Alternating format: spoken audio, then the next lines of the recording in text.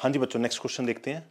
ये है sample paper 24-25 का, जो इस साल का लेटेस्ट सैम्पल पेपर है release by the CBSE board. तो ये उसी में आपको मिलेगा क्वेश्चन। देखिएगा क्वेश्चन क्या कहता है। A boy whose eye level is 1.35 metre from the ground. इसका मतलब जब भी, ये हमने पहले भी डिस्कस किया हुआ है, जब भी आपको ऑब्जर्वर की हाइट गिवन हो तो आपका जो पॉइंट ऑफ ऑब्जर्वेशन है वो उसकी आई को लेना है। अगर आपको ऑब्जर्वर की हाइट नहीं दे रखी तो ऑब्जर्वर को आपको एक पॉइंट कंसिडर करके चलना ऑन द ग्राउंड। ओके, तो यहां पे क्लियरली बोला हुआ है the boy whose eye level is 1.3 metre from the ground. इसका मतलब बॉय की हाइट दे रखी है इन जनरल। क्या करता है, spots a balloon moving with the wind in a horizontal line at some height from the ground. मैंने आपको पहले भी बताया कि कोई भी फ्लाइंग ऑब्जेक्ट है, हमारी ट्रिग्नोमेट्री की लिमिटेशंस के हिसाब से जो हमने 10th में पढ़ना है, वो फ्लाइंग ऑब्जेक्ट आपका एक स्ट्रेट लाइन में ही चलेगा। ये आप याद रखिएगा। जबकि रियलिटी में ऐसा नहीं होता कि अगर बैलून कोई अगर हवा में उड़ रहा है तो इट इज़ नॉट नेसेसरी वो स्ट्रेट लाइन में जाएगा, वो कहीं भी किसी भी डायरेक्शन में जैसे मर्जी मूव आउट कर सकता है। ठीक है, ये ट्रिग्नोमेट्री की लिमिटेशन के हिसाब से क्वेश्चन को जनरेट किया गया है, जो आपकी 10th के साथ रिलेटेड है। तो spots a balloon moving with the wind on a horizontal line at some height from the ground. तो ये समझ लीजिए कि ए बी बॉय है, अगर आप डायग्राम क्लियरली देख पा रहे हैं।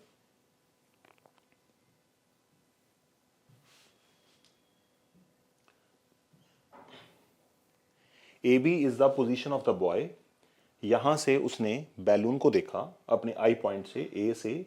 बैलून की फर्स्ट पोजीशन थी पी और उसका एंगल ऑफ एलिवेशन था 60 डिग्री बैलून का। ठीक है, जब उन्हें पहले बैलून को देखा तो 60 डिग्री के एलिवेशन पे बैलून दिखा उसको। 10-12 सेकंड के बाद उसने इधर उधर देखा दोबारा, फिर जब उसने बैलून को देखने की कोशिश की तो बैलून चल के वहां तक पहुंच गया क्यू तक। जब उसने सेकंड टाइम बैलून को स्पॉट किया तो उस टाइम पे जो angle of elevation of that balloon था वो कितना था, 30 डिग्री का। ये डायग्राम्स हम पहले भी बना चुके हैं।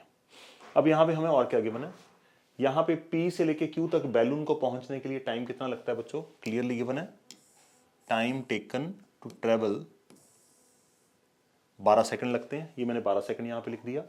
और speed of the wind is 3 metre per second. इसका मतलब बैलून को उधर लेके जाने के लिए जो विंड की स्पीड है वो 3 मीटर पर सेकंड है। तो यहां से एक चीज क्लियर होती है कि अगर आप नोटिस करें तो बैलून की स्पीड है 3 मीटर पर सेकंड। तो इसका मतलब P से लेके Q तक स्पीड इनटू टाइम का अगर फॉर्मूला यूज करें तो कितना डिस्टेंस बैलून ने ट्रेवल करा, that distance had been travelled by 36 metre. तो अगर PQ 36 मीटर है, इसका मतलब मैं ये कह सकता हूं ये तीनों हॉरिजॉन्टल डिस्टेंस 36 मीटर के होंगे।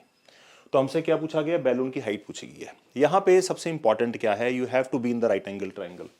अगर आप B से लेके P तक और D तक जाएंगे तो किसी तरह का राइट एंगल ट्राइंगल आपका फॉर्म नहीं हो रहा। तो राइट एंगल ट्राइंगल आपको बॉय की हाइट से ऊपर वाले लेने हैं।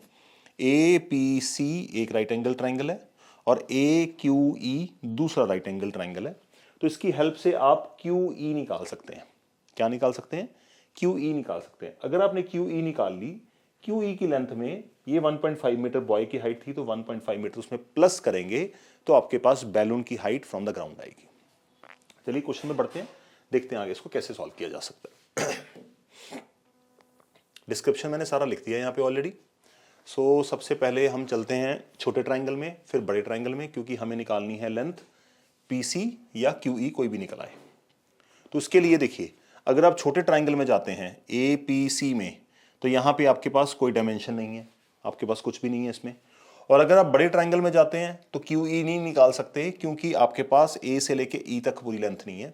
इसका मतलब आपको दोनों ट्राइंगल्स में क्या यूज करना पड़ेगा, ट्रिग्नोमेट्री यूज करनी पड़ेगी। देखते हैं ना कैसे किया जाएगा। इन ट्राइंगल APC तो हम यूज करते हैं tan 60।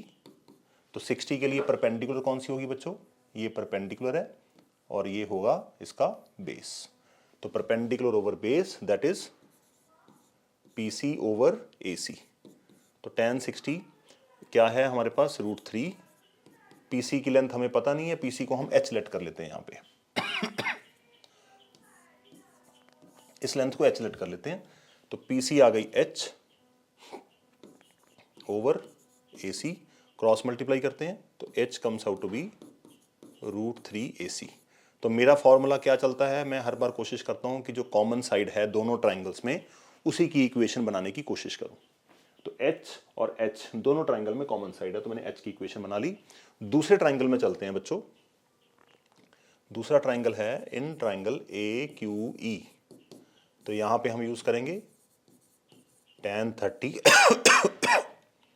tan 30 होगी परपेंडिकुलर, परपेंडिकुलर है क्यू ई ओवर बेस। तो बेस कौन सा लिया जाएगा, ए से लेकर ई तक पूरा। tan 30 की वैल्यू आपने डाली √3, क्यू ई हमें पता नहीं है तो इसकी जगह हमने h डाल दिया। ए ई क्या है, ए सी प्लस सी ई, ए सी प्लस सी ई। तो इसको फर्दर अगर सॉल्व करें तो ए सी की लेंथ कितनी है हमारे पास, √3।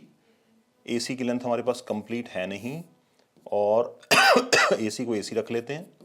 और सी ई हमने अभी फाइंड आउट किया था, सी ई है हमारे पास 12 3 36 मीटर। तो इसको कर देते हैं क्रॉस मल्टीप्लाई, ए सी प्लस 36 ओवर √3। ये आ गया हमारे पास, दोनों में एच की इक्वेशन आ गई। अब एच की इक्वेशन को हम करते हैं सॉल्व। देखिए, तो फ्रॉम, इसको अगर 1 लें, इसको अगर 2 लेते हैं, from 1 and 2 what we can conclude, √3 AC equals to AC plus 36 over √3। Cross multiply करेंगे तो it would be 3AC AC plus 36। तो 3AC में से AC को माइनस करेंगे, 2AC इक्वल टू 36, तो AC comes out to be 18। AC आ गई जी 18। अब ध्यान से देखिए, डायग्राम पे चलते हैं वापस। AC हमारी कौन सी लेंथ है, AC हमारी आ गई ये लेंथ 18। तो हमें क्या चाहिए, PC निकालनी है। इस ट्राइंगल में हमारे पास बेस आ गया AC 18। तो अगर PC निकालनी है तो tan यूज करूंगा, PC और AC दोनों आ जाएंगे। तो यहाँ पे हमें H निकालना था। ऑलरेडी देखिए इक्वेशन नंबर 1 में हमने ऑलरेडी tan यूज किया हुआ है। तो H क्या है, √3 टाइम्स AC। H क्या है, √3 टाइम्स AC। तो AC की वैल्यू हमारे पास आई है 18। उठा के इसमें पुट कर देते हैं। तो नाउ यहां पर put AC equals to 18 in 1। तो that comes out to be H equals to √3 AC, √3 18। H comes out to be, value root की दे रखी है 1.73 इंटू 18। इसको मल्टीप्लाई कर देते हैं, 173 18।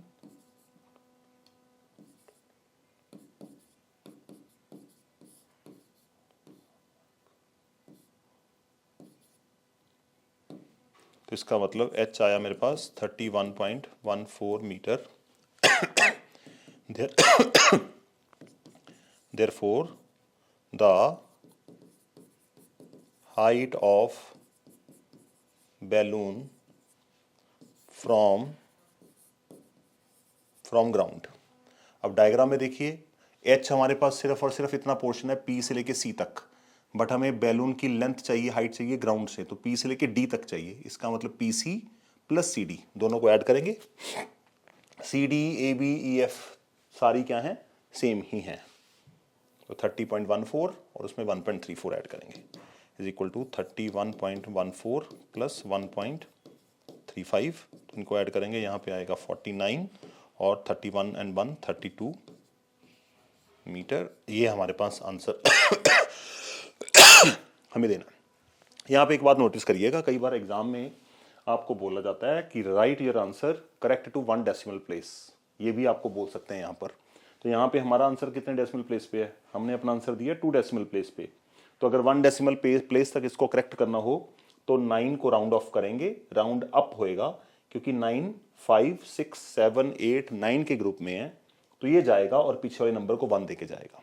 ठीक है, तो आपको इस तरह से थोड़ा सा क्वेश्चन को ध्यान से पढ़ना है, मजे से पढ़िए, मन लगा के काम करिए, नोट्स बनाइए। जो क्वेश्चन आपको डिफिकल्ट लग रहा है उसको 2 या 3 बार प्रैक्टिस करिए, बात बनेगी, आपको समझ आएगी और आप एग्जाम में अच्छा करेंगे। Till then I wish you all the best.